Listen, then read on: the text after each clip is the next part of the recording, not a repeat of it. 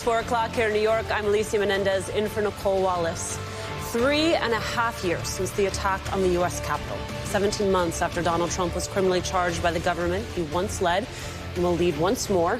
Special counsel Jack Smith's cases against Donald Trump, well, they are coming to a close. Just this afternoon, the special counsel moving to dismiss the federal election case.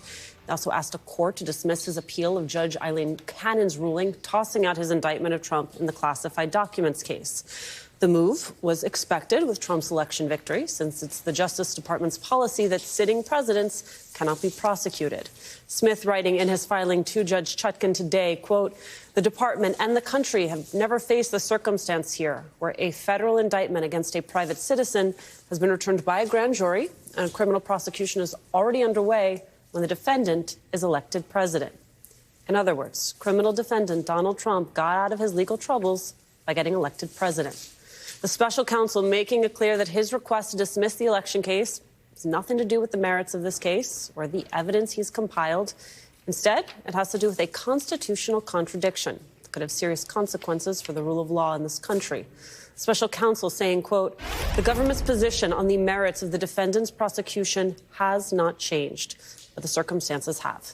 As a result of the election held on November 5th, 2024, the defendant will be certified as president-elect on January 6, 2025, and inaugurated on January 20th, 2025. This sets at odds two fundamental and compelling national interests. On the one hand, the Constitution's requirement that the president must not be unduly encumbered in fulfilling his weighted responsibilities. And on the other hand, the nation's commitment to the rule of law and the long-standing principle that no man in this country is so high that he is above the law."